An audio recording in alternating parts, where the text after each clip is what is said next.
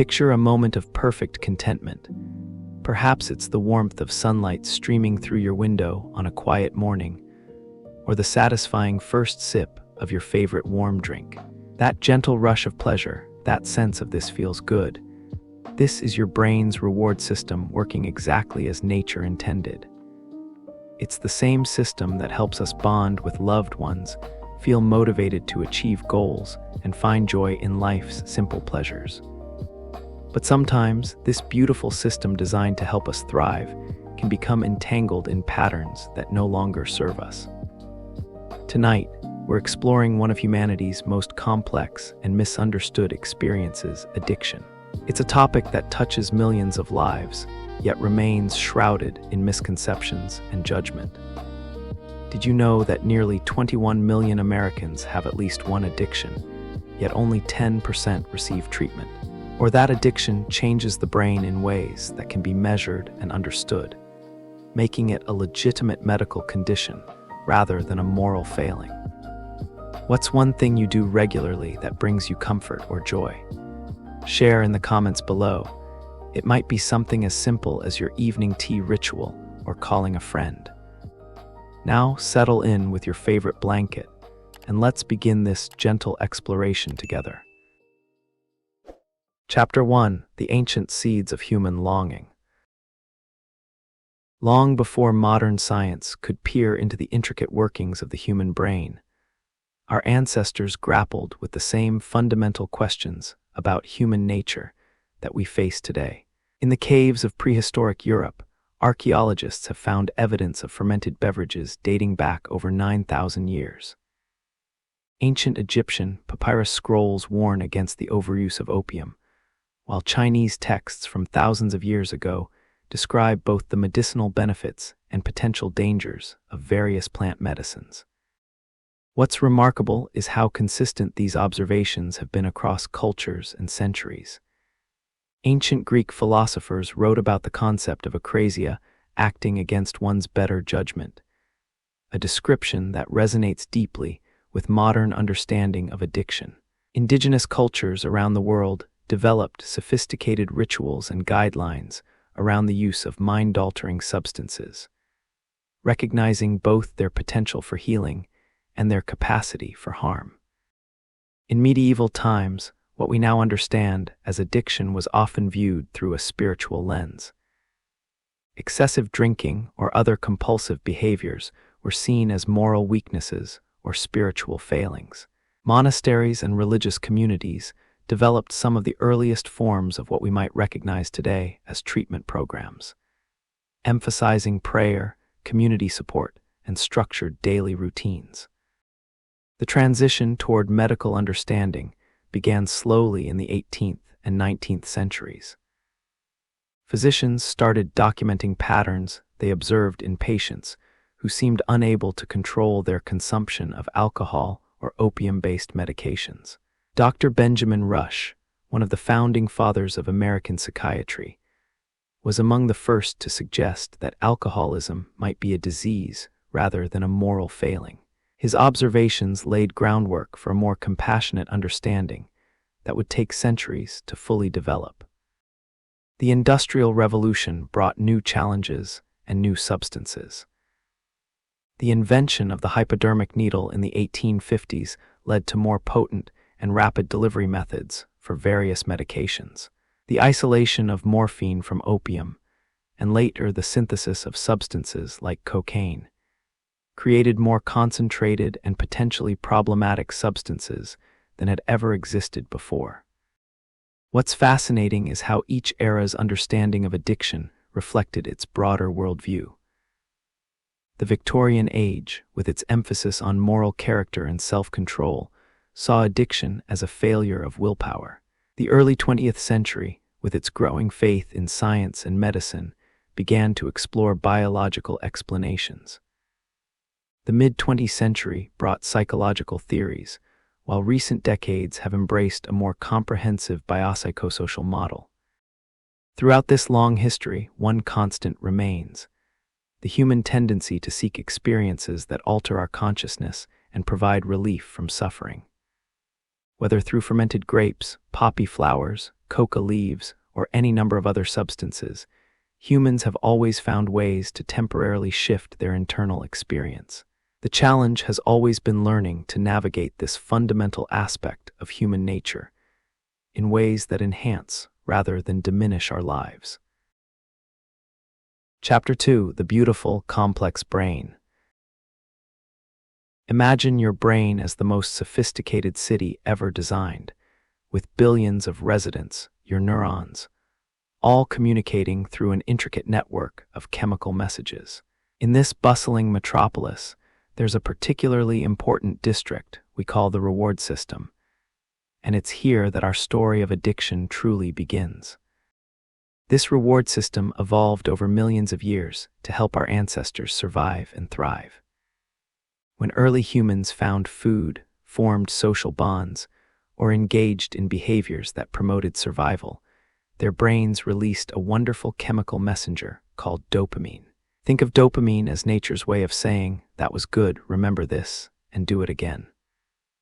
It's the same feeling you get when you receive an unexpected compliment, achieve a goal you've been working toward, or share a laugh with someone you care about. The star player in this system is a brain region called the nucleus accumbens, sometimes nicknamed the brain's pleasure center, though that's a bit of an oversimplification. This region doesn't just process pleasure, it processes motivation, reward, and the prediction of reward. When something good happens, or when we anticipate something good happening, this area lights up with activity. Here's where things get interesting, and perhaps a bit concerning. Certain substances can flood this system with dopamine levels far higher than anything our brains evolved to handle. While a delicious meal might increase dopamine by 50%, and even falling in love might double it, some substances can increase dopamine levels by 5 to 10 times the normal amount. It's like comparing a gentle rain to a fire hose. When the brain repeatedly experiences these unnaturally high dopamine levels, it does what any complex system does when overwhelmed. It adapts. It starts producing less dopamine naturally and reduces the number of dopamine receptors. This adaptation is called tolerance, and it means that over time, a person needs more of the substance to achieve the same effect. More troublingly, everyday pleasures, the sunset that used to bring joy, the hobby that used to be engaging, can start to feel flat and unrewarding. But dopamine is just one player in this complex orchestra. Other neurotransmitters join the symphony in various ways. GABA, the brain's primary calming chemical, can be affected by alcohol and certain medications. Serotonin, crucial for mood regulation, plays a role in many addictive processes. Norepinephrine affects attention and arousal. Each substance interacts with these systems differently, creating unique patterns of effects and challenges. The brain also has what scientists call the stress system, regions that process threat, anxiety, and discomfort. This system includes the amygdala, which acts like the brain's alarm system, and the hypothalamic pituitary adrenal axis, which manages our stress hormones. When someone regularly uses substances to cope with stress or emotional pain, these systems become intertwined with the addiction process in complex ways. Memory plays a crucial role too. The hippocampus, our brain's memory center, forms powerful associations between substance use and environmental cues. The smell of a particular place, the sight of certain objects, even specific emotions or times of day can trigger intense cravings because the brain has learned to associate these cues with substance use. Perhaps most importantly, the prefrontal cortex, the brain's CEO, responsible for decision-making, impulse control, and long-term planning, can be significantly affected by repeated substance use. This region doesn't fully mature until our mid-20s, which helps explain why adolescence and early adulthood are particularly vulnerable periods for developing addiction. Understanding these brain changes helps us approach addiction with compassion rather than judgment. When someone struggles with addiction, they're not simply making bad choices or lacking willpower. Their brain has been changed by repeated exposure to substances in ways that make stopping extremely difficult. The good news is that brains are remarkably plastic. They can heal and rewire themselves with time, support, and appropriate treatment. Chapter 3: The Genetics of Vulnerability. In the quiet corners of research laboratories around the world, scientists have been unraveling one of addiction's most profound mysteries. Why do some people develop addiction while others, exposed to the same substances or behaviors, do not? The answer lies partly in the intricate code written in our DNA, a genetic inheritance that influences our vulnerability to addiction in ways both subtle and profound. Addiction tends to run in families, a pattern observed long before scientists understood the mechanisms behind it. If you have a parent or sibling with addiction, your risk of developing addiction yourself is significantly higher than the general population. Twin studies, which compare identical twins raised apart, suggest that genetics account for about 40–60% of addiction risk. This means that while genes play a substantial role, they're not destiny. Environmental factors and personal choices remain crucial. The genetic picture of addiction is beautifully complex, involving not just one or two genes, but hundreds of genetic variations that each contribute small effects. Some of these variations affect how quickly your body metabolizes substances. Others influence your brain's sensitivity to dopamine, and still others affect your natural stress response or impulse control abilities. One of the most well-studied examples involves alcohol metabolism. Some people carry genetic variations that cause them to flush, feel nauseous, or experience other unpleasant effects when they drink alcohol. These individuals have significantly lower rates of alcohol addiction, illustrating how genetic factors can actually provide protection. Conversely, some people metabolize alcohol very efficiently, potentially making it easier to consume larger amounts without immediate negative effects. Variations in dopamine receptor genes can influence how intensely someone experiences reward from various activities. Some people are born with naturally lower levels of certain dopamine receptors, which might make them more likely to seek out intense experiences to achieve the same satisfaction that others get from more modest pleasures. This isn't a character flaw, it's simply a difference in neurochemical makeup. The stress response system is another area where genetic variations can influence addiction risk. Some people carry genetic variants that make them more sensitive to stress or less effective at recovering from stressful experiences. Since many people use substances or behaviors to cope with stress, these genetic differences can indirectly increase addiction vulnerability. Epigenetics adds another fascinating layer to this story. Our genes aren't just fixed blueprints, they're dynamic instructions that can be influenced by our experiences and environment. Traumatic experiences, chronic stress, or even dietary factors can actually change how genes are expressed, potentially affecting addiction risk. Even more remarkably, some of these changes can be passed down to future generations, meaning that trauma experienced by parents or grandparents might influence a person's vulnerability to addiction. This concept of inherited trauma helps explain some puzzling patterns observed in addiction research. Children of parents who experienced severe stress, trauma, or substance use during pregnancy may show increased vulnerability to addiction even if they're raised in stable, supportive environments. The biological systems that regulate stress and reward may have been influenced by their parents' experiences in ways that affect their own development. However, it's crucial to understand that genetic vulnerability is not genetic inevitability. Having a family history of addiction doesn't mean someone will definitely develop addiction, just as lacking this family history doesn't guarantee protection.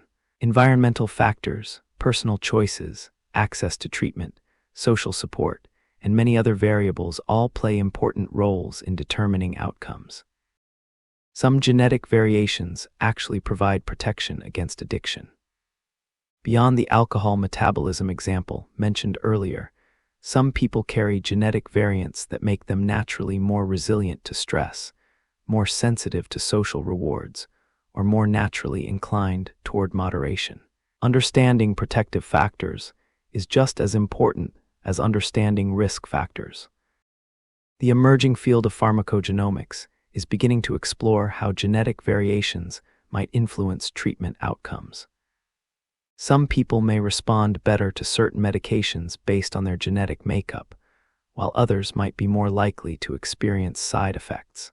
As this field develops, it may become possible to personalize addiction treatment based on individual genetic profiles.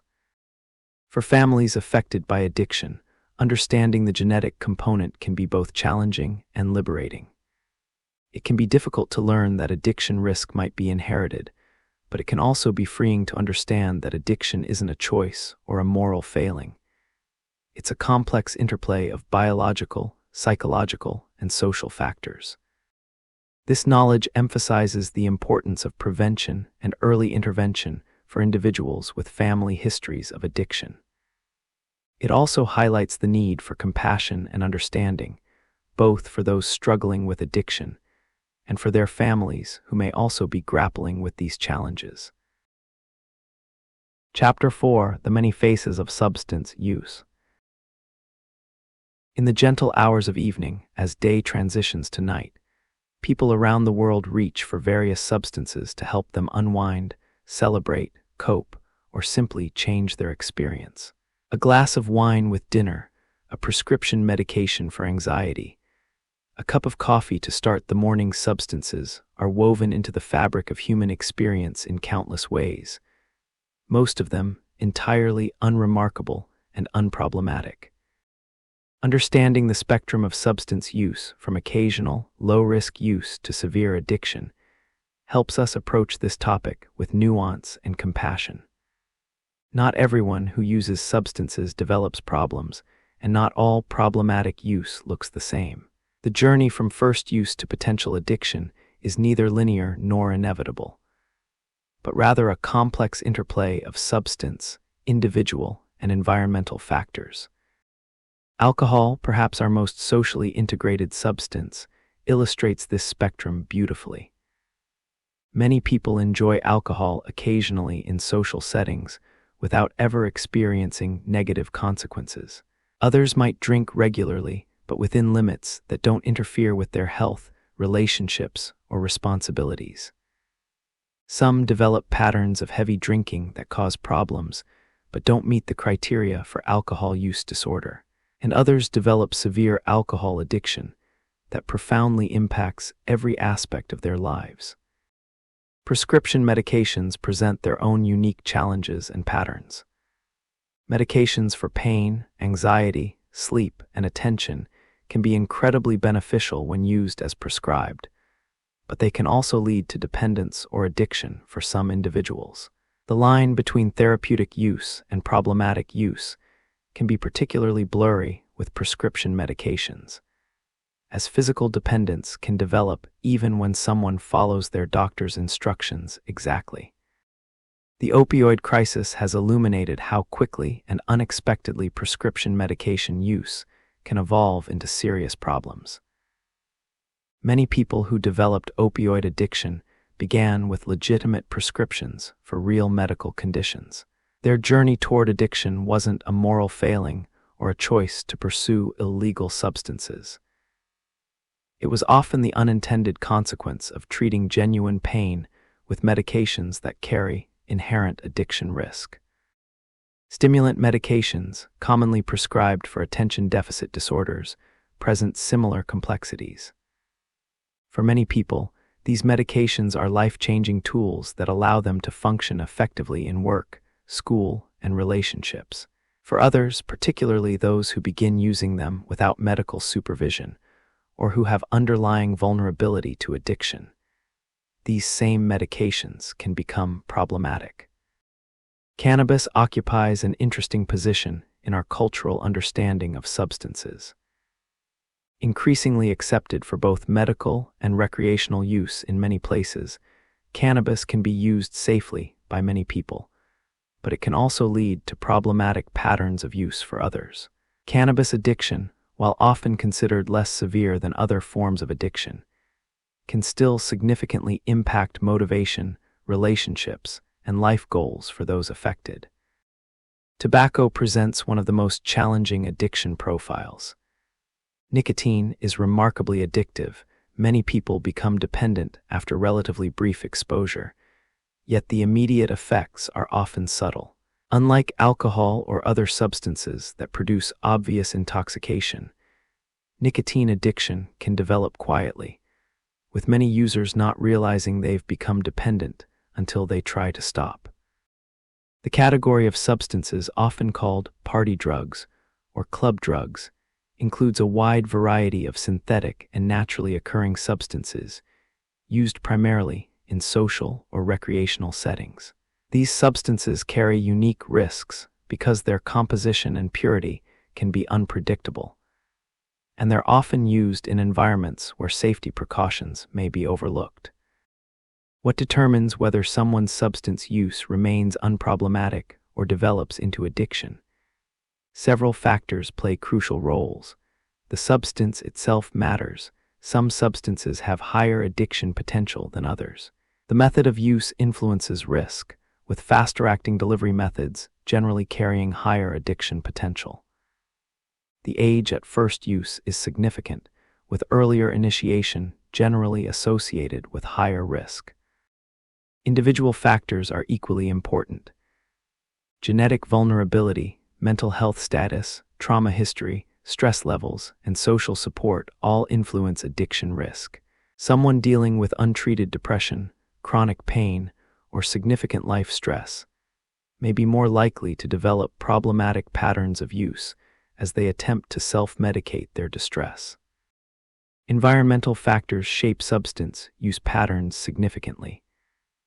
Cultural attitudes toward different substances, availability, price, legal status, and social norms all influence how people interact with substances. Someone living in an environment where heavy drinking is normalized faces different risks than someone in a culture with strong social controls around alcohol use. The progression from use to addiction isn't inevitable or uniform. Some people maintain stable patterns of low-risk use for years or decades.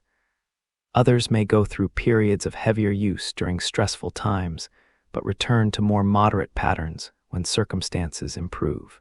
Some develop addiction relatively quickly after first use, while others may use substances problematically for years before meeting clinical criteria for addiction. Understanding this spectrum helps reduce stigma and encourages more people to seek help when they need it. Recognizing that substance use exists on a continuum allows for more targeted and appropriate interventions, from brief counseling for risky use to intensive treatment for severe addiction. Chapter 5: Beyond Substances: When Life Becomes the Drug. In our modern world, addiction has evolved beyond substances to encompass behaviors that can become just as consuming and difficult to control. The shopping mall's bright lights and endless options, the gentle ping of a smartphone notification, the colorful world of an online game, these experiences can hijack our brain's reward system in surprisingly similar ways to traditional substances. Behavioral addictions share many of the same neurological pathways as substance addictions. When someone places a bet, makes a purchase, or receives likes on social media, their brain releases dopamine in patterns remarkably similar to those seen with substances. The anticipation, the rush of the experience, and the subsequent desire to repeat it all follow familiar patterns that scientists can now observe and measure. Gaming addiction, now recognized by the World Health Organization, illustrates how compelling these behavioral patterns can become. Modern games are designed with sophisticated understanding of psychological principles. They provide variable rewards. You never know exactly when you'll achieve the next level, find a rare item, or win a particularly challenging battle. This unpredictability creates what psychologists call a variable ratio reinforcement schedule, the same principle that makes gambling so compelling. The digital world has created unprecedented opportunities for behavioral addiction. Social media platforms are engineered to capture and hold attention. The endless scroll of content, the intermittent reinforcement of likes and comments, the fear of missing out, all of these elements work together to create experiences that can become genuinely compulsive for some people. Shopping addiction, sometimes called oniomania, affects millions of people worldwide. The modern retail environment, both physical and digital, is carefully designed to trigger impulse purchases. The soft music, the appealing displays, the limited-time offers, even the specific scents pumped into stores. All of these elements work together to create experiences that can become addictive for vulnerable individuals. Work addiction, though often praised in our achievement-oriented culture, can be just as destructive as any other addiction. The constant connectivity enabled by modern technology means that many people never truly disconnect from work. The achievement high, the adrenaline of meeting deadlines, the social validation of being seen as indispensable. These can create cycles that are remarkably similar to other addictive patterns.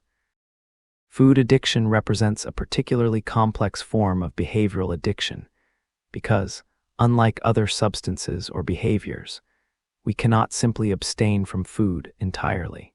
Certain foods, particularly those high in sugar, fat, and salt, can trigger reward pathways in ways that make them genuinely difficult to resist for some people.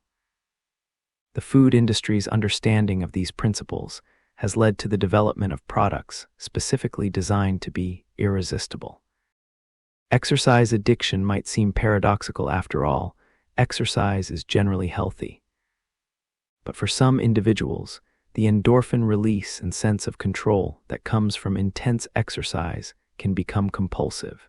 When exercise begins to interfere with relationships, work, or other important areas of life, or when people experience genuine distress when unable to exercise, it has crossed the line from healthy habit to problematic behavior. What makes behavioral addictions particularly challenging is that many of these activities are not inherently harmful and are often socially acceptable or even encouraged.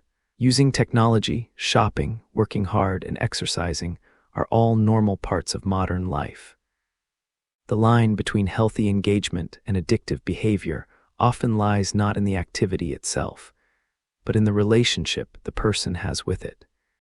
The diagnostic criteria for behavioral addictions mirror those used for substance addictions. Loss of control, continued engagement despite negative consequences, tolerance, needing more of the behavior to achieve the same satisfaction, withdrawal-like symptoms when the behavior is unavailable, and significant impairment in important areas of life. Treatment for behavioral addictions often focuses on developing a healthier relationship with the activity rather than complete abstinence. This might involve setting boundaries, finding alternative sources of satisfaction, addressing underlying emotional needs, and gradually rebuilding a balanced lifestyle. Chapter 6: The Social Web We Weave. Human beings are inherently social creatures, and our relationships with family, friends, communities, and broader society profoundly shape our relationship with substances and our vulnerability to addiction. Like delicate threads in an intricate tapestry, these social connections can either support recovery and resilience or contribute to the development and maintenance of addiction. Family systems play a particularly crucial role in addiction development and recovery. Families develop patterns of interaction, communication styles, and ways of handling stress that can either protect against addiction or increase vulnerability. In families where substance use is normalized, or where healthy coping mechanisms aren't modeled, children may be more likely to develop problematic relationships with substances as they mature. The concept of family roles in addiction has been extensively studied. In families affected by addiction, members often unconsciously adopt specific roles to cope with the stress and unpredictability. There might be the hero who excels academically or professionally to bring pride to the family, the scapegoat who acts out and draws attention away from the family's substance use problems, the lost child who withdraws and tries to stay invisible, or the mascot who uses humor to diffuse tension. These roles, while adaptive in the short term, can create lasting patterns that affect relationships and coping strategies throughout life. Peer influence represents another powerful social factor in addiction development. During adolescence and young adulthood, when the brain is still developing and peer relationships are particularly important, the influence of friends and social groups on substance use patterns can be profound. Young people naturally want to fit in and be accepted, and if their peer group normalizes heavy substance use, they may engage in risky behaviors they might otherwise avoid. However, peer influence isn't always negative. Positive peer relationships can provide powerful protection against addiction.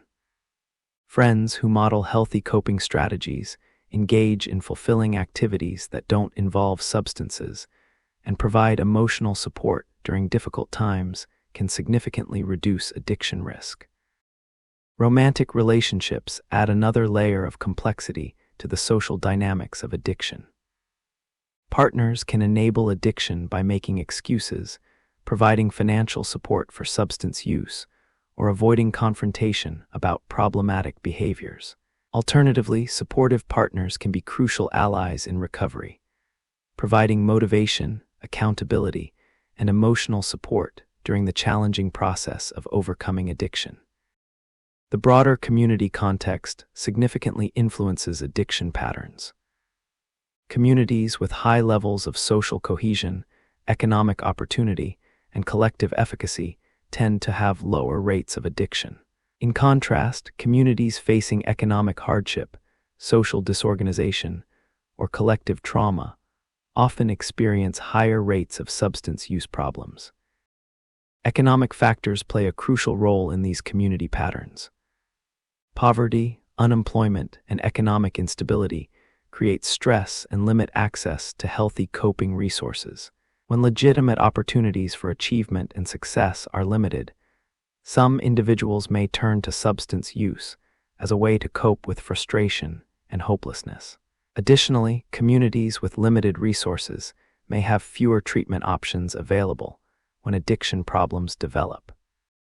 Social isolation has emerged as a significant risk factor for addiction, particularly in our increasingly connected, yet often lonely modern world. People who lack meaningful social connections may turn to substances to fill emotional voids or to cope with loneliness.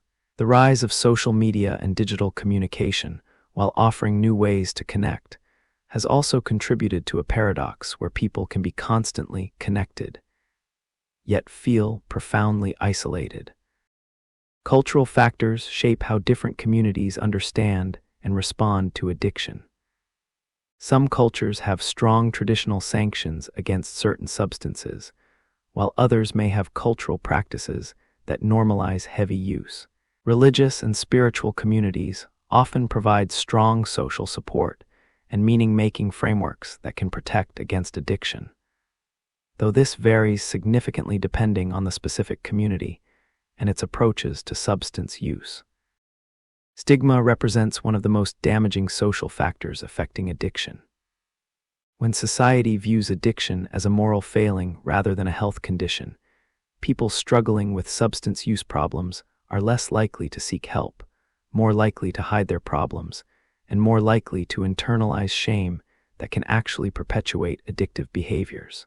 Stigma affects not just individuals with addiction, but their families as well, creating additional stress and isolation. The criminal justice system's approach to addiction has profound social implications. When addiction is treated primarily as a criminal matter rather than a health issue, it can disrupt families, limit future opportunities, and create barriers to treatment and recovery. Increasingly, communities are recognizing that health-focused approaches to addiction are more effective and humane than purely punitive approaches. Social support is one of the most powerful factors in successful addiction recovery. People with strong, healthy social networks have better treatment outcomes, lower relapse rates, and more sustainable recovery. This support can come from family, friends, peer support groups, religious communities, or other social connections that provide encouragement, accountability, and practical assistance during recovery. The recovery community itself represents a unique and powerful form of social support. Mutual aid groups, peer support programs, and recovery communities provide environments where people can connect with others who understand their experiences. These connections often become lifelong sources of support and meaning. Understanding the social dimensions of addiction emphasizes the importance of involving families and communities in both prevention and treatment efforts.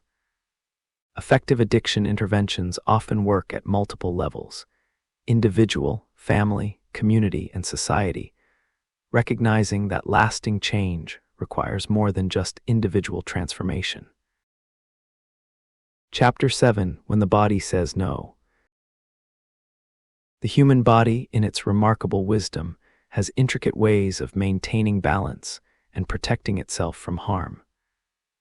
When substances repeatedly flood our system, the body works tirelessly to adapt and maintain equilibrium.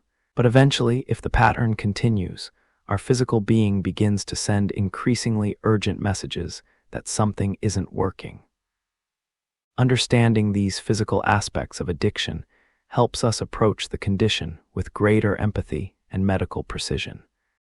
Physical dependence represents the body's adaptation to regular substance use.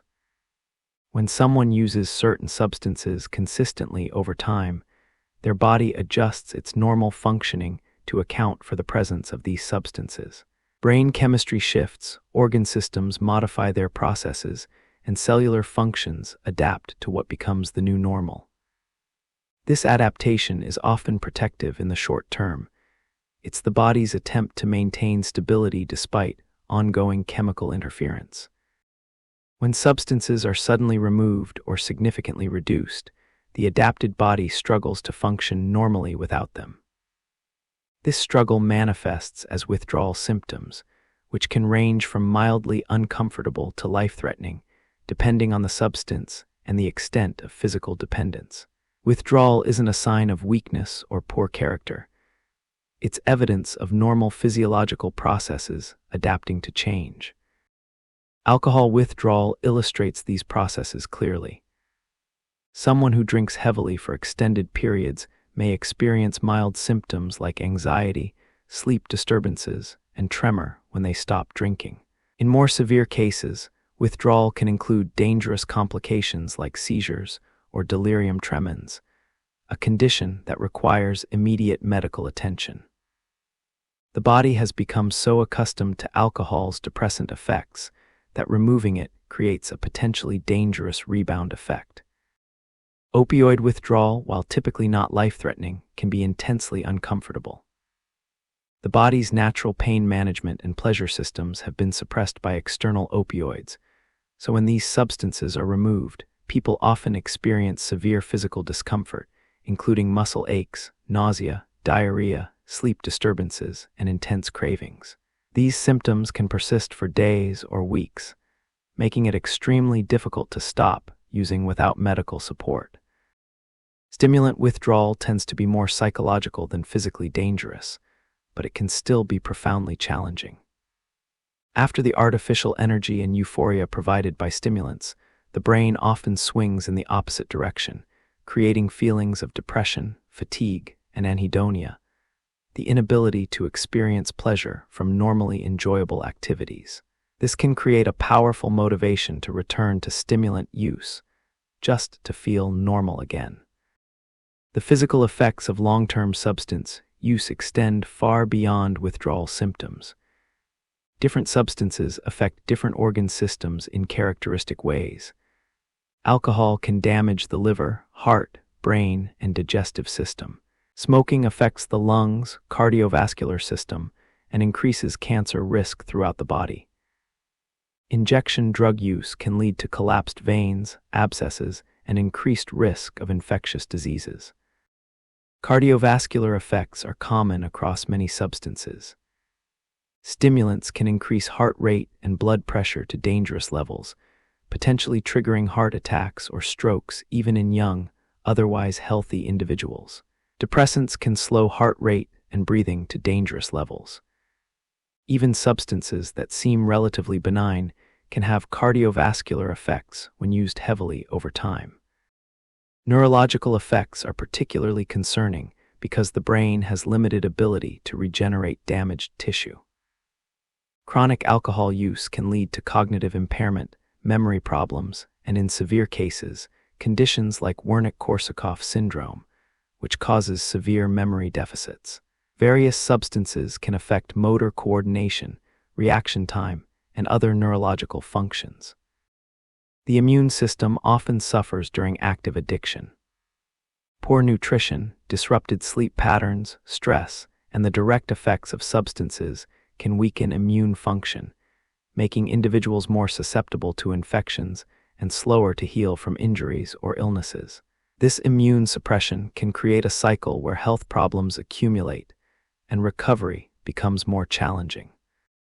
Nutritional deficiencies are common in addiction, partly because substances often suppress appetite or replace food as a source of calories, but also because addiction can disrupt normal eating patterns and food choices. These deficiencies can affect energy levels, mood, cognitive function, and physical health, sometimes creating symptoms that are mistaken for mental health issues or substance effects. Sleep disturbances are nearly universal in addiction. Most substances disrupt normal sleep architecture, even if they initially seem to help with sleep. Alcohol, for example, might help someone fall asleep faster, but it disrupts deeper stages of sleep and often leads to frequent awakening and poor sleep quality. Stimulants can prevent sleep entirely during use, while withdrawal often brings either insomnia or hypersomnia. Chronic pain represents a particularly complex intersection with addiction. Many people develop substance use problems while trying to manage legitimate pain conditions. The relationship between pain and addiction is bidirectional. Chronic pain can increase addiction risk, while addiction can actually increase pain sensitivity through various biological mechanisms. This creates challenging situations where people need pain management, but must be careful about addiction risk. Mental health conditions frequently co-occur with addiction, a situation professionals call dual diagnosis or co-occurring disorders. Depression, anxiety, PTSD, bipolar disorder, and other mental health conditions can both contribute to addiction development and be exacerbated by substance use. This creates complex treatment challenges that require integrated approaches, addressing both conditions simultaneously. The good news about physical effects is that the human body has remarkable healing capacity. Many of the physical changes associated with addiction can improve significantly with sustained recovery. Liver function can improve, cardiovascular health can be restored, sleep patterns can normalize, and cognitive function often recovers substantially. While some effects may be permanent, particularly with very heavy or prolonged use, the body's ability to heal is often greater than people expect. Medical detoxification provides safe, supervised withdrawal management for people with significant physical dependence. Medical professionals can provide medications to ease withdrawal symptoms, monitor for complications, and ensure safety during this vulnerable period.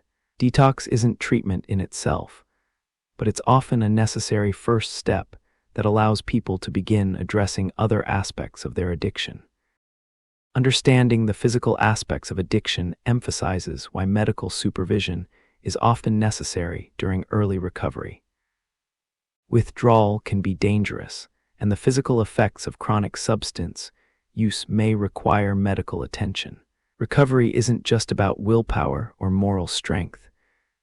It's about allowing the body to heal and adapt to functioning without substances. Chapter 8: The Many Paths to Healing. In the gentle landscape of recovery, there's no single path that leads everyone home. Like travelers approaching a mountain from different directions, people find their way to healing through various routes, each offering unique perspectives and possibilities. The diversity of treatment approaches reflects both the complexity of addiction and the beautiful variety of human nature and need. Traditional treatment often begins with detoxification, the process of safely managing withdrawal symptoms while substances leave the body. In medical settings, this process is carefully monitored, with medications available to ease discomfort and prevent dangerous complications. Detox creates a foundation for recovery by allowing the brain and body to begin functioning without substances. But it's just the beginning of the journey. Inpatient or residential treatment provides intensive, 24-hour care in a structured environment. These programs typically last 30, 60, or 90 days, though some may be longer. Residential treatment removes people from environments that may trigger substance use and provides comprehensive care, including individual therapy, group counseling, education about addiction, and often family involvement. The immersive nature of residential treatment can be particularly beneficial for people with severe addiction or those who have struggled to maintain sobriety in outpatient settings. Outpatient treatment allows people to continue living at home while receiving regular therapy and support.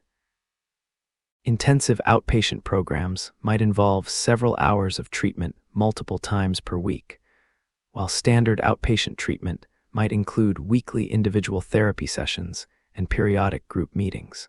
This approach works well for people with strong support systems at home and less severe addiction patterns. Individual therapy forms the backbone of many treatment approaches. Cognitive behavioral therapy helps people identify and change thought patterns and behaviors that contribute to substance use. Motivational interviewing helps people explore their own motivations for change and build commitment to recovery. Trauma-informed therapies address underlying traumatic experiences that may contribute to addiction. Each therapeutic approach offers different tools and perspectives for understanding and overcoming addiction. Group therapy provides unique benefits that individual therapy alone cannot offer. In groups, people discover they're not alone in their struggles and can learn from others who have faced similar challenges. Group members often develop strong bonds and provide ongoing support for each other. The group setting also provides opportunities to practice new social skills and receive feedback about interpersonal patterns that may have contributed to substance use. Medication-assisted treatment has revolutionized care for certain types of addiction, particularly opioid addiction. Medications like methadone, buprenorphine, and naltrexone can help manage withdrawal symptoms, reduce cravings, and block the effects of opioids. These medications don't replace one addiction with another. They're carefully prescribed medical treatments that help stabilize brain chemistry and allow people to focus on other aspects of recovery. 12-step programs like Alcoholics Anonymous and Narcotics Anonymous have helped millions of people achieve and maintain sobriety. These mutual aid programs provide free, widely available support based on spiritual principles and peer connection. Members work through a series of steps designed to promote personal growth and healing, and they support each other through sponsorship relationships and regular meetings. Alternative mutual aid programs offer different approaches for people who don't connect with traditional 12-step programs.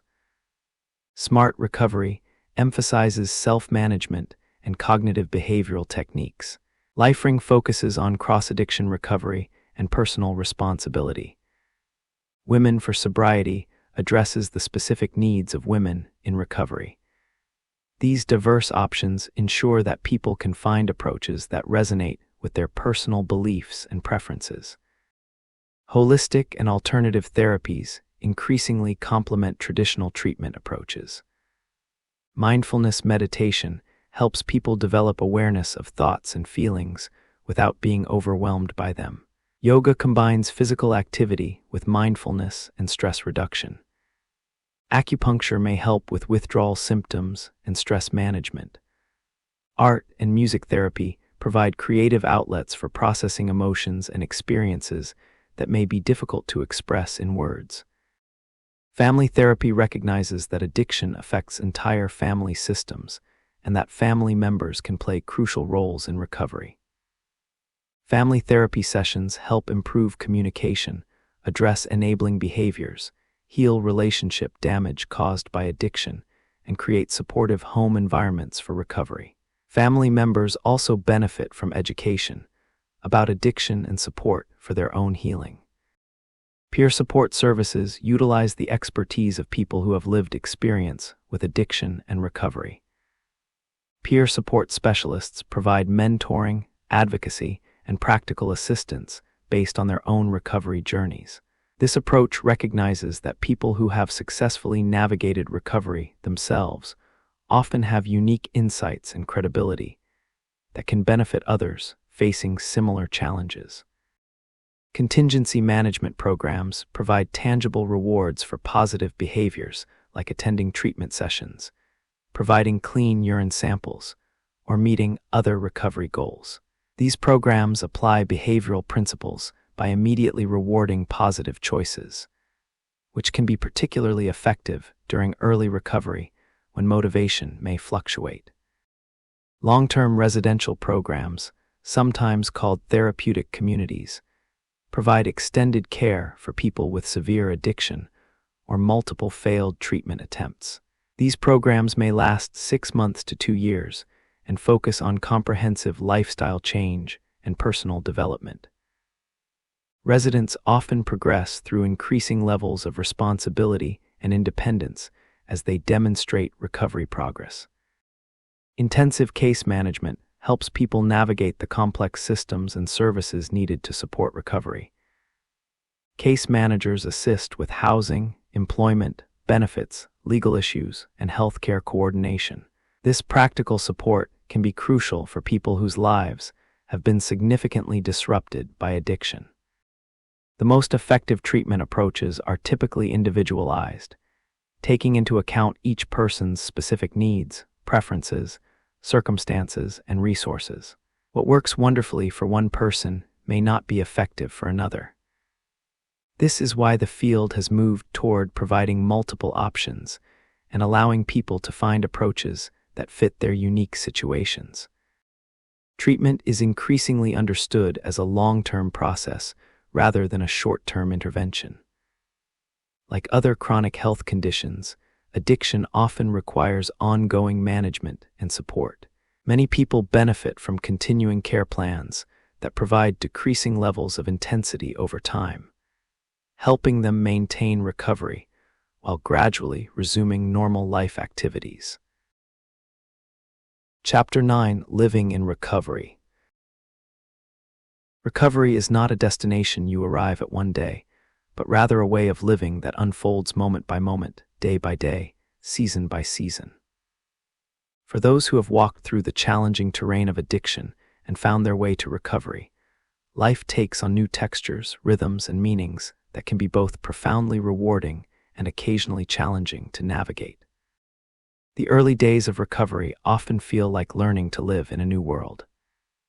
Everything that once revolved around substance use, daily routines, social activities, coping mechanisms, even the way time is structured, must be reimagined and rebuilt. Simple activities like going to social gatherings, dealing with stress, or even experiencing strong emotions can feel overwhelming when the familiar buffer of substances is no longer available. Many people in early recovery describe feeling emotionally raw, as if their protective layer has been removed and everything feels more intense. This emotional sensitivity is actually a sign of healing. The brain's natural emotional processing systems are coming back online after being suppressed by substances. Learning to navigate these emotions without turning to substances becomes one of the fundamental skills of recovery. Sleep patterns often take time to normalize in recovery. The brain needs time to relearn how to regulate sleep naturally, and many people experience either insomnia or vivid dreams during early recovery. Establishing healthy sleep hygiene, regular bedtimes, limiting screen time before bed, creating comfortable sleep environments becomes an important part of the recovery routine. Nutrition plays a surprisingly important role in recovery. Many people in active addiction have poor eating habits, either eating too little, making poor food choices, or using substances as meal replacements. Learning to nourish the body properly can significantly impact mood, energy levels, and overall well-being during recovery. Some people discover a new relationship with food and cooking as they rebuild their lives. Exercise and physical activity often become important components of recovery.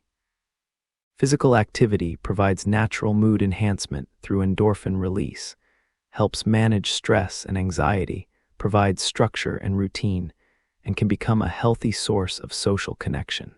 Many people in recovery find activities they never imagined they'd enjoy, from running and cycling to rock climbing and martial arts. Building new social connections represents both an opportunity and a challenge in recovery. Old relationships that centered around substance use may need to be reevaluated or ended, which can feel lonely and isolating initially. At the same time, recovery opens opportunities for authentic connections based on shared interests, values, and mutual support, rather than shared substance use. Work and career often require attention during recovery. Some people need to rebuild professional skills or address employment gaps caused by their addiction. Others may find that their career interests have changed as they've changed. Some discover new passions and talents that were buried during active addiction. Career counseling and vocational rehabilitation services can be valuable resources during this process. Financial recovery is often a significant component of overall recovery. Addiction frequently causes financial problems through money spent on substances, lost work opportunities, legal expenses, or poor financial decisions made while under the influence. Learning to manage money responsibly, pay off debts, and rebuild credit can be important steps in creating a stable foundation for recovery. Relationships with family members often require careful attention and sometimes professional help to heal. Trust may have been damaged during active addiction, and family members may be cautious about believing that change is real and lasting. Family therapy can help navigate these complex dynamics and rebuild healthy relationships based on new patterns of communication and behavior. The concept of triggers, situations, emotions, places, or people that create cravings for substances becomes an important part of recovery awareness. Learning to identify personal triggers and develop healthy responses to them is an ongoing process. Some triggers can be avoided, while others require developing new coping strategies.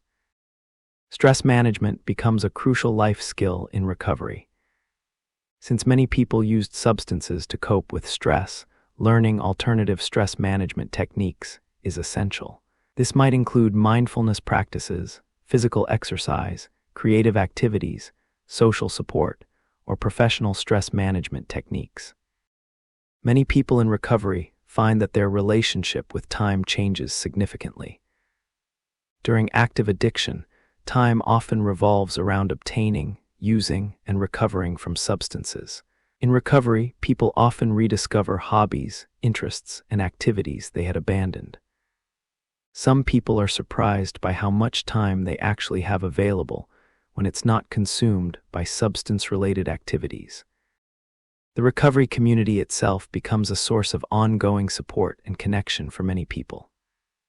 Whether through 12-step meetings, other mutual aid groups, or informal networks of people in recovery, these connections provide understanding, encouragement, and practical support that can be invaluable during challenging times.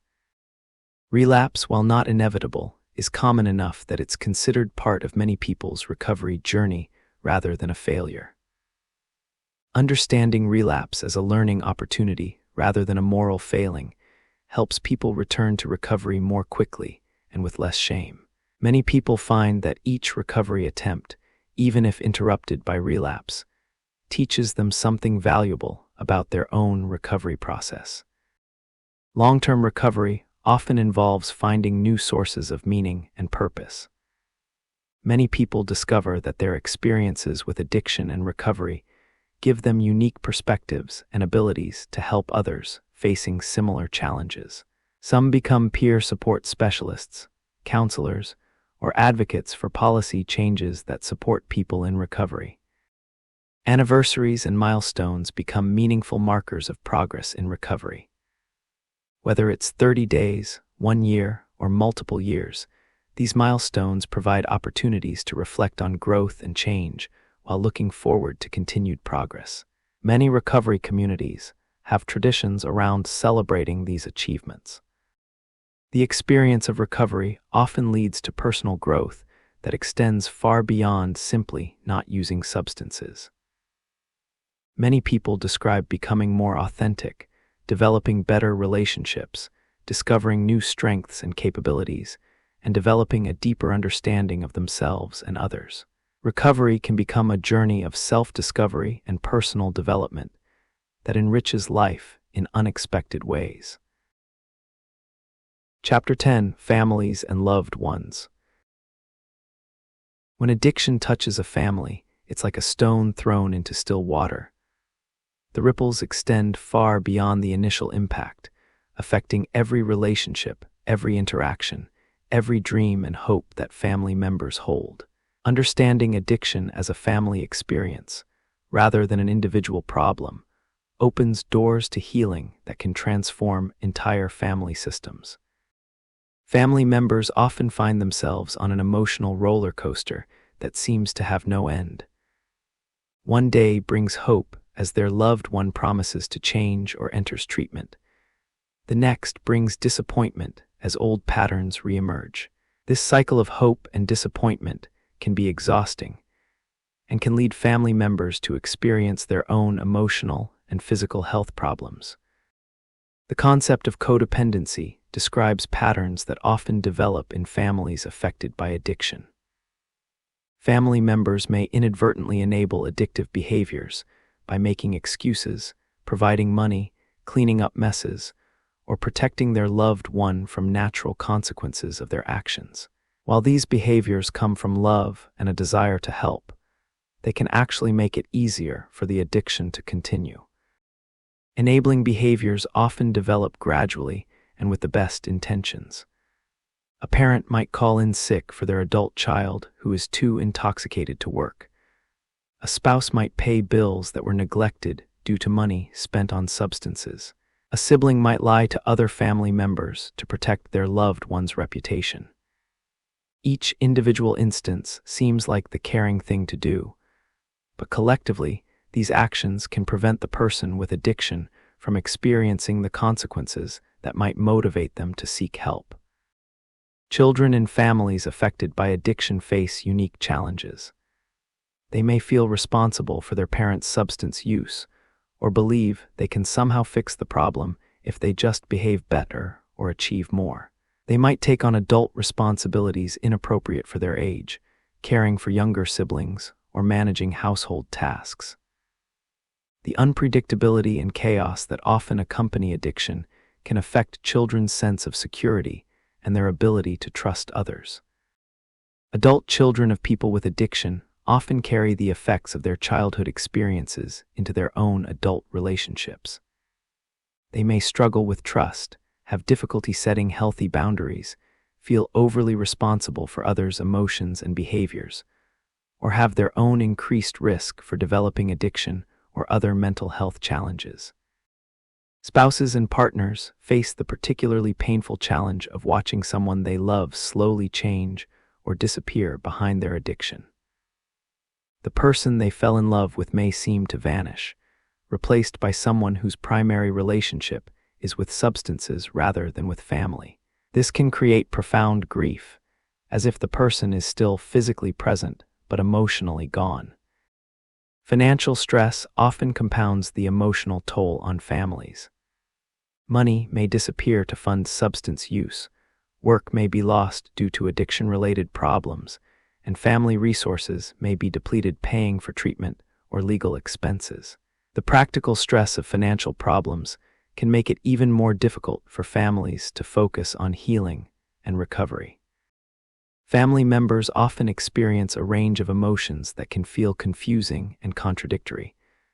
Love exists alongside anger. Hope alternates with despair. Pride in their loved ones, achievements wars with shame about their addiction. Guilt about not doing enough competes with resentment about having to do too much. These complex emotions are normal responses to an abnormal situation. The stigma surrounding addiction affects family members too. They may feel judged by their communities, blamed for their loved one's addiction, or ashamed to seek help for themselves. This isolation can make an already difficult situation feel even more overwhelming. Setting boundaries becomes a crucial skill for family members, though it can feel counterintuitive when you love someone who is struggling. Healthy boundaries might include refusing to provide money that could be used for substances, not making excuses for addiction-related behaviors, or requiring treatment participation as a condition for continued support. These boundaries aren't punitive, they're protective for both the family member and the person with addiction. Family therapy can be transformative for families affected by addiction. In therapy, family members can learn about addiction as a disease, develop better communication skills, address enabling behaviors, and heal relationship wounds caused by addiction. Family therapy also provides a safe space to express difficult emotions and work through conflicts that may have accumulated over years. Support groups specifically for family members, such as Al-Anon, Nar-Anon, or Families Anonymous, provide connections with others who understand the unique challenges of loving someone with addiction. These groups offer education, emotional support, and practical strategies for managing their own lives, while maintaining love for their affected family member. Self-care becomes essential for family members, though it often feels selfish initially. Family members need to maintain their own physical and emotional health, not just for their own sake, but to be able to provide appropriate support over the long term. This might include therapy, support groups, physical exercise, maintaining friendships, or engaging in activities that bring joy and fulfillment. The concept of detaching with love helps family members maintain emotional connection while protecting themselves from the chaos of active addiction. This means caring about their loved one while not trying to control their choices or shield them from natural consequences. It means offering support for recovery efforts while not enabling continued substance use. When a family member enters treatment or begins recovery, the entire family system must adjust. Family members may need to learn new ways of relating to each other, new communication patterns, and new ways of handling conflict or stress. This adjustment period can be challenging, but it often leads to healthier, more authentic relationships. Family members often benefit from education about addiction and recovery. Understanding addiction as a brain disease rather than a moral failing can reduce blame and increase compassion. Learning about the recovery process helps family members set realistic expectations and understand that recovery is often a long-term process with potential setbacks. Some families find that the experience of navigating addiction and recovery, while painful, ultimately brings them closer together and helps them develop stronger, more honest relationships. The crisis of addiction can strip away superficial interactions and force families to deal with fundamental issues of love, trust, communication, and support.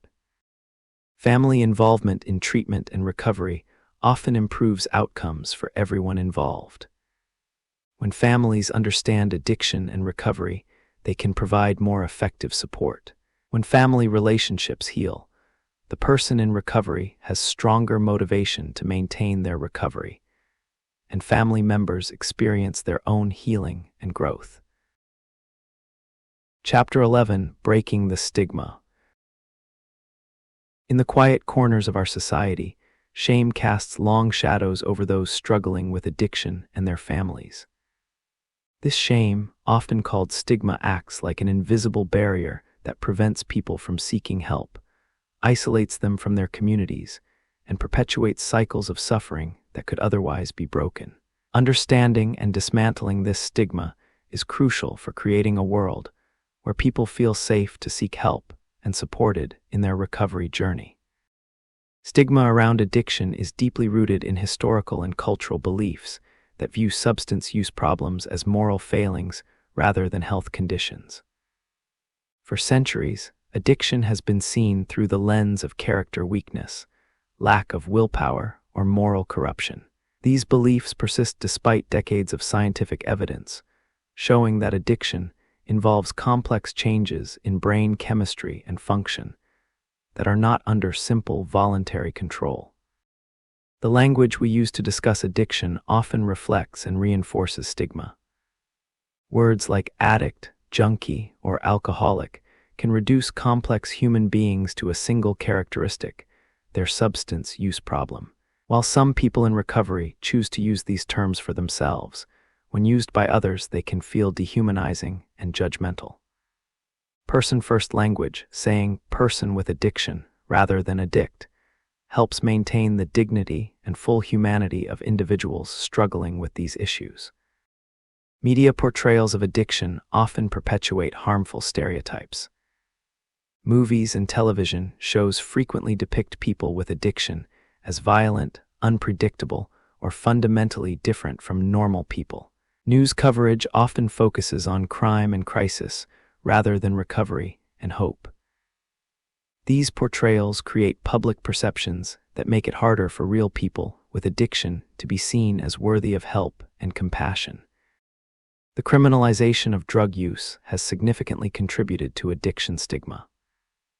When substance use is treated primarily as a criminal matter rather than a health issue, it reinforces the idea that people with addiction are bad people who deserve punishment rather than sick people who need treatment. This approach has been particularly harmful to communities of color, where addiction has been more likely to be met with incarceration than treatment.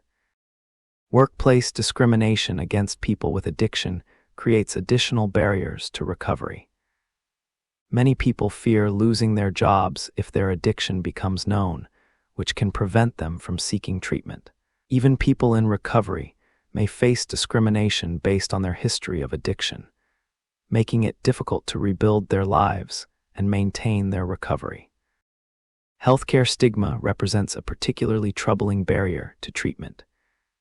Some healthcare providers, despite their medical training, still view addiction through moral rather than medical lenses. This can result in people with addiction receiving substandard care, being treated with judgment rather than compassion, or being blamed for their health problems. Family stigma affects not just individuals with addiction, but their loved ones as well.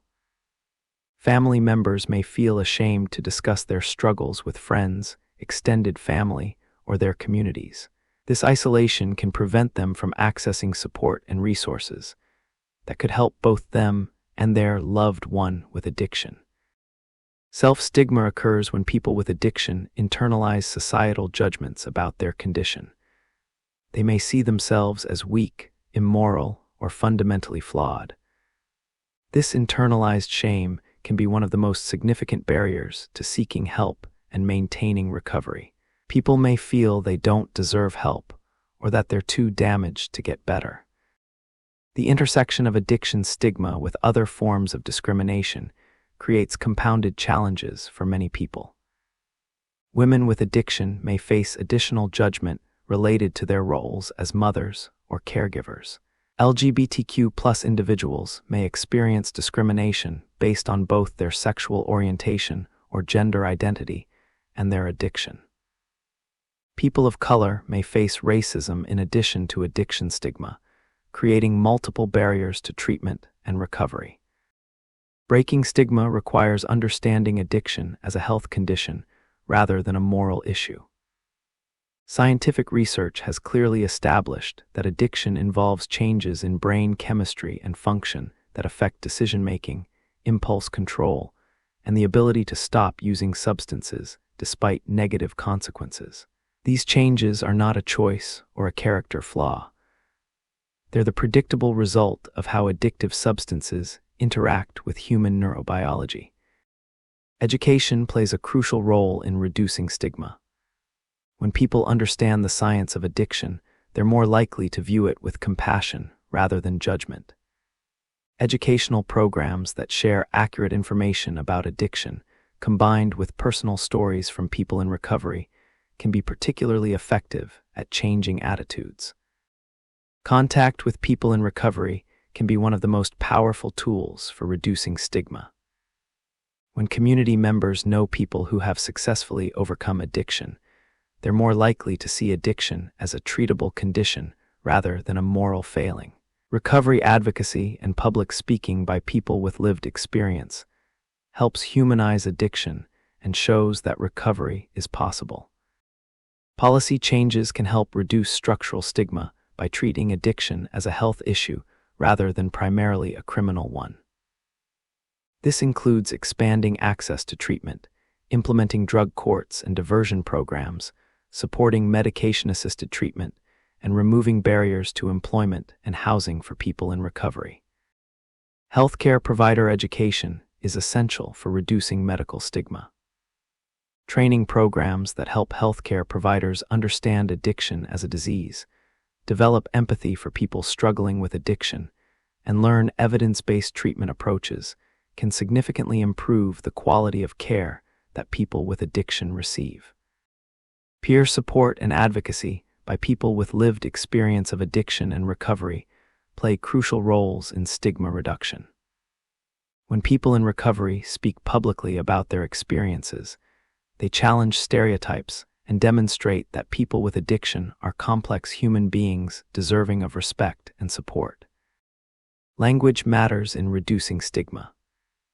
Using person-first language, avoiding derogatory terms, and speaking about addiction in medical rather than moral terms helps create more compassionate conversations.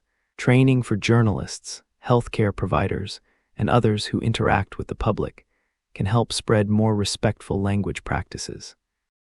Creating safe spaces where people can discuss addiction without fear of judgment is important for reducing self-stigma. Support groups, treatment programs, and community organizations that approach addiction with compassion and understanding help people feel worthy of help and capable of recovery. The benefits of reducing addiction stigma extend far beyond just helping individuals with addiction. When stigma decreases, more people seek help earlier before their problems become severe. Families are more likely to access support resources. Communities become more compassionate and supportive. Treatment outcomes improve when people feel accepted rather than judged. Recovery-friendly communities actively work to reduce stigma and support people in recovery.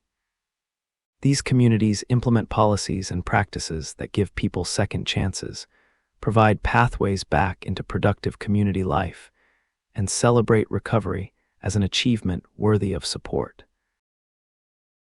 Chapter 12: The Gentle Road Forward.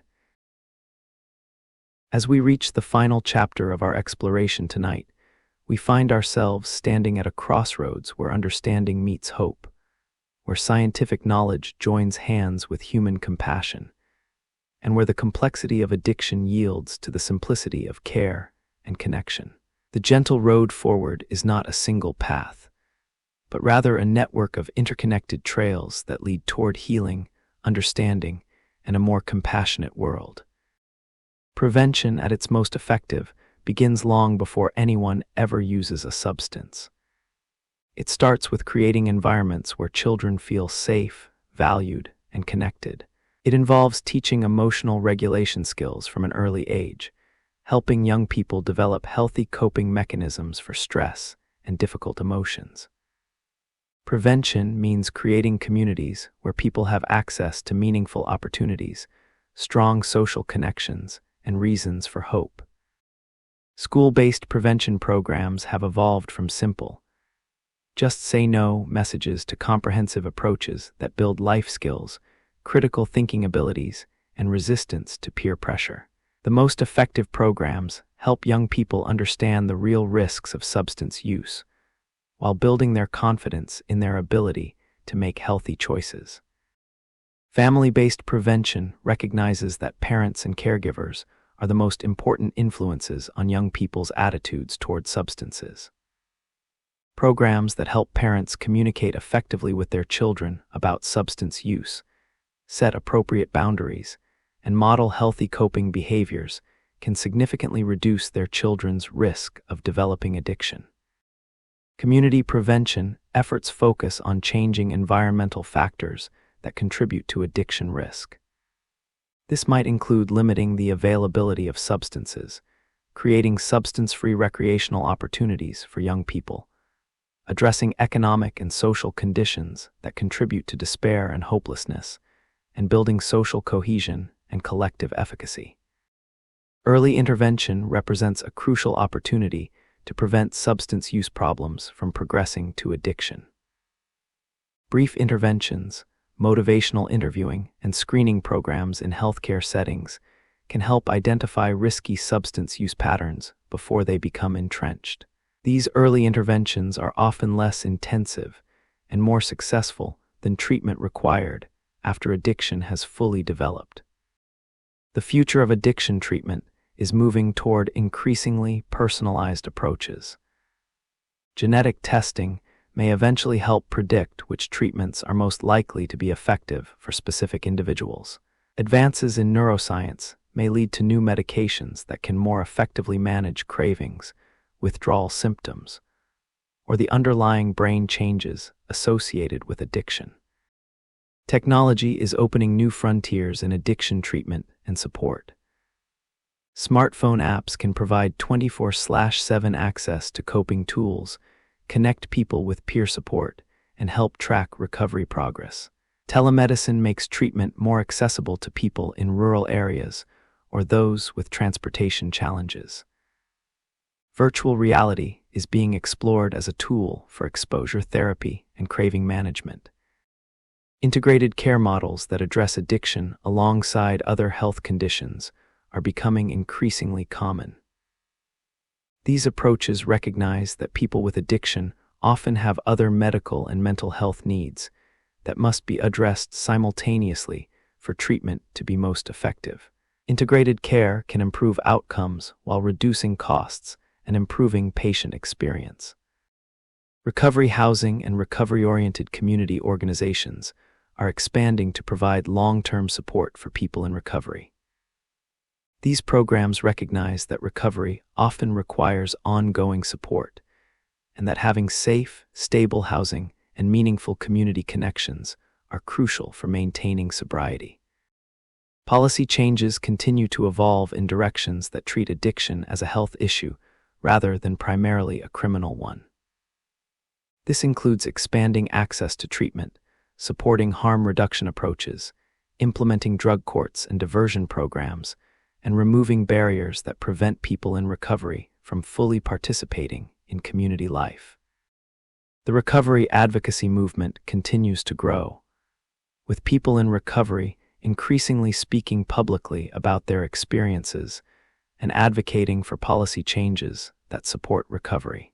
This advocacy helps reduce stigma, increases public understanding of addiction and recovery, and ensures that people with lived experience have a voice in developing policies and programs that affect them. Research continues to expand our understanding of addiction and recovery. Scientists are investigating new treatment approaches, studying the long-term brain changes associated with recovery, exploring the role of genetics in treatment response, and developing better understanding of how to support sustained recovery over time. Hope emerges from countless individual stories of recovery. People who have rebuilt their lives, restored their relationships, and discovered purposes and passions they never knew they had. Each person who achieves stable recovery becomes a beacon of hope for others still struggling and proof that recovery is possible even in seemingly hopeless circumstances. The road forward also involves changing how society understands and responds to addiction. This means continuing to educate the public about addiction as a health condition, supporting people in recovery to tell their stories, and creating communities that welcome people back from the isolation of addiction. For families and loved ones, the road forward involves learning how to support recovery while maintaining their own health and well-being. It means understanding that recovery is often a long-term process, that setbacks don't mean failure, and that love and boundaries can coexist. For individuals struggling with addiction, the road forward begins with the recognition that help is available and that recovery is possible. It involves reaching out for support, being willing to try different approaches until finding what works, and understanding that recovery is not about becoming perfect, but about becoming authentic and whole. The gentle road forward is illuminated by compassion for those who struggle, for their families, for the communities affected by addiction, and for all of us as we navigate the complexities of human vulnerability and resilience. It's a road that acknowledges pain while holding space for healing, that honors the reality of addiction while maintaining hope for recovery. This road forward is not traveled alone. It's walked in the company of healthcare providers who dedicate their careers to helping people heal, researchers who work tirelessly to understand and develop better treatments, families who never give up hope, communities that choose inclusion over isolation, and millions of people in recovery who prove every day that transformation is possible. As we reach the end of our gentle journey together through the landscape of addiction and recovery, we've traversed territories both challenging and hopeful. We've explored the ancient roots of human vulnerability, the intricate beauty of brain science, the profound connections between trauma and healing, and the remarkable resilience of the human spirit. The stories we've shared tonight remind us that behind every statistic about addiction is a human being worthy of compassion, understanding, and support. Whether someone is taking their first steps toward recovery, supporting a loved one through addiction, or simply seeking to understand this complex issue, the thread that connects us all is our shared humanity and our capacity for healing and growth. As you settle into sleep tonight, carry with you the knowledge that change is possible, that help is available, and that no one's story is finished until it's finished. Until we meet again in these quiet hours, may the gentle wisdom we've shared tonight remind you that in our darkest moments, dawn is always possible, and that recovery, like the sunrise, brings new light to what once seemed lost forever.